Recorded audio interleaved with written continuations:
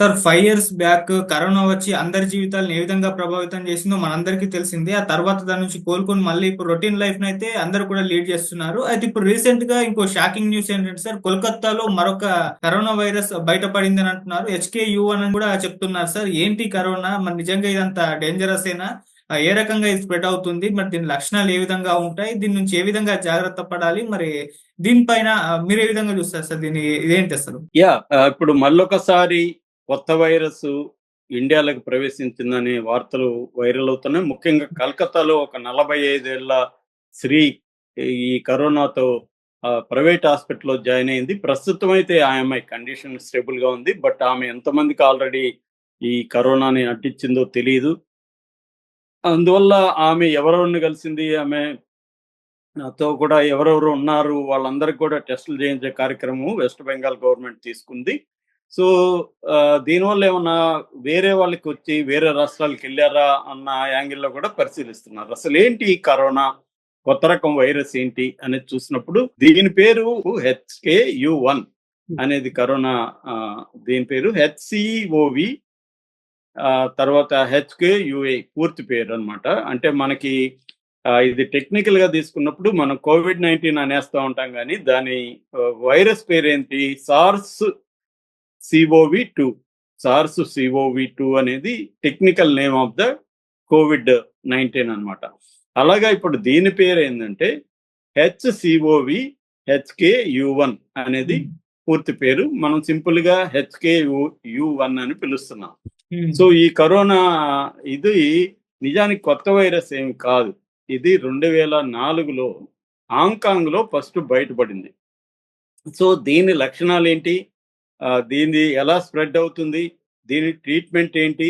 ఇది రాకుండా ప్రివెన్షన్ ఏంటి? ఈ విషయాల గురించి మనం చూద్దాము.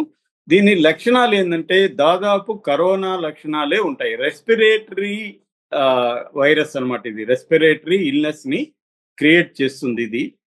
అయితే ఇది కోవిడ్-19 అంత వరస్ట్ అయితే కాదు. దాంతో పోలిస్తే అంత వరస్ట్ కాదు. ఇది సెల్ఫ్ లిమిటింగ్ అంటారు దీన్ని. సెల్ఫ్ లిమిటింగ్ అంటే అది దానికదే లిమిట్ అయిపోతుంది. దానికదే క్యూర్ అయిపోతుంది.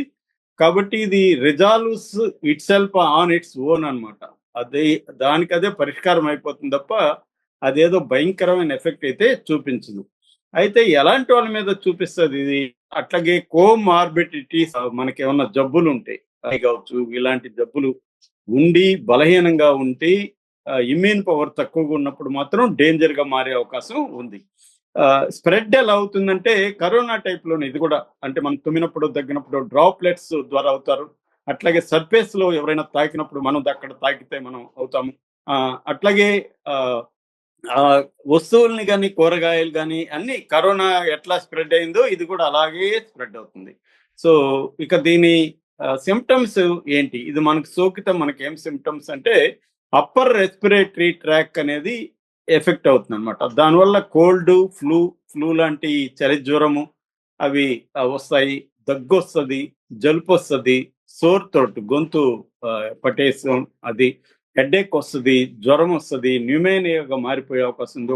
ఒక్కొక్కసారి బ్రాంకైటిస్, అంటే సివియర్ కేసుల్లో బ్రాంకైటిస్ కూడా వచ్చే అవకాశం ఉంది.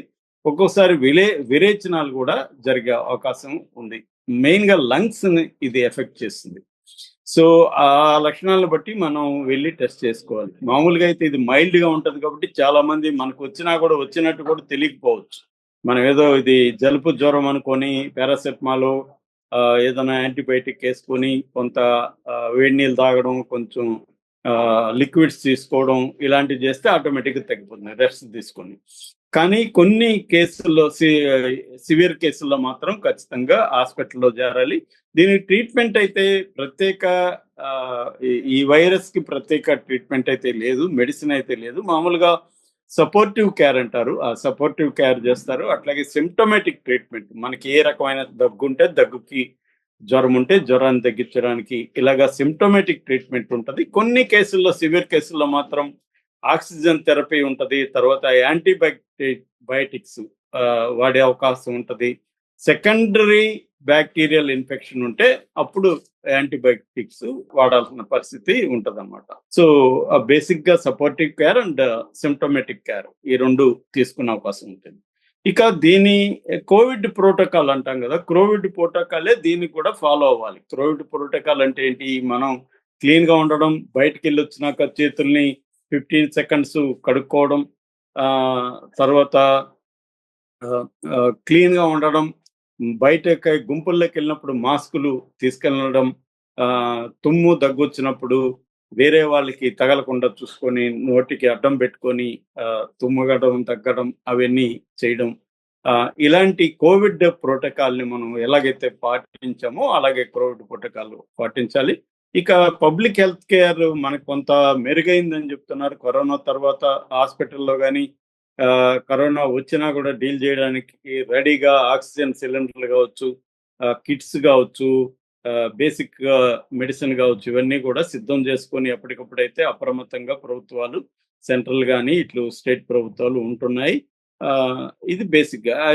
కాబట్టి మనం హైజీన్ పాటించడం, తర్వాత రెస్పిరేటరీ జాగ్రత్తలు తీసుకోవడం, తర్వాత కాంటాక్ట్ ని వీలైన తగ్గించుకోవడం, సర్ఫేస్ దీంట్లో కంటామినేషన్ లేకుండా క్లీన్ గా పరిసరాలను ఉంచుకోవడం, మాస్కులు వేసుకోవడం, ఇవన్నీ చేయాల్సిన అవసరం ఉంది. ఇది రెండోది ఏంటంటే సీజనల్ గా కూడా ఇవి వస్తాయి, హ్యూమన్ నుంచి హ్యూమన్ కి ఇవి చేస్తాయి. అట్లాగే మన ఇమ్యూనిటీ పవర్ ను కూడా పెంచుకోవడం అనేది అవసరం. అందుకని డాక్టర్లు ఏం చెప్తున్నారంటే ఇది ప్యానిక్ అవ్వాల్సిన అవసరం లేదు, భయపడాల్సిన అవసరం లేదు. పర్టికులర్ కరోనా వైరస్ అనేది 2004లోనే అంటే 20 ఏళ్లకు ముందే వచ్చింది కాబట్టి దీని లక్షణాలు అన్ని ఆల్రెడీ రికార్డ్ అయి ఉన్నాయి. కాబట్టి దీని మీద వృద్ధులు, తర్వాత కోమార్బిడిటీస్ అంటే ఆల్రెడీ ఏదన్నా వ్యాధులు ఉన్న వాళ్ళు మాత్రం వాళ్ళు వల్నరబుల్ గా ఉంటారు, దీనికి వాళ్ళు జాగ్రత్తలు తీసుకోవాలి అనేది వీళ్ళు సూచిస్తున్నారు.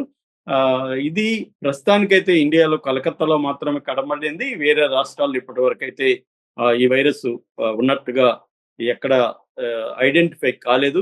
ఆమె కూడా ఇప్పుడు సోకిన ఈ HKU1 వైరస్ సోకిన 45 ఏళ్ల మహిళ కూడా హాస్పిటల్ ఇప్పటికైతే ఉంది, కానీ ఆమె సివియర్ గా అయితే ఏమి లేదు. ఆమె అండర్ లిమిటెడ్ దీంట్లోనే ఉంది. ఆమెకి సివియర్ గా అయిపోయి ఆమెకి ఏదో థ్రెట్ అయితే ఏమీ లేదు. కాబట్టి భయపడాల్సిన అవసరం లేదు, కానీ జాగ్రత్తలు మాత్రం తీసుకోవాలి అనేది ఎక్కువ మంది చెప్తున్నారు అనమాట. సో ఇప్పుడు ఏంటంటే ఏది ఎక్కడ వచ్చినా ఒక భయం అయితే ఉంది. మనకి 5 ఏళ్ళు గడిచిపోయినా కూడా కరోనా ఎఫెక్ట్ భయం ఉంది. ప్రపంచంలో ఏదో ఒక మూల నుంచి ఏదో ఒక కొత్త వైరస్లు వస్తూనే ఉన్నాయి. WHO కూడా జాగ్రత్తలు తీసుకుంటది. మరోపక్క ట్రంప్ వచ్చి ఆరోగ్య సంబంధించిన సంస్థలకి ఫండ్స్ కట్ చేసేసాడు. WHO నుంచి కూడా వైదొలిగిపోతున్నట్టు ప్రకటించాడు.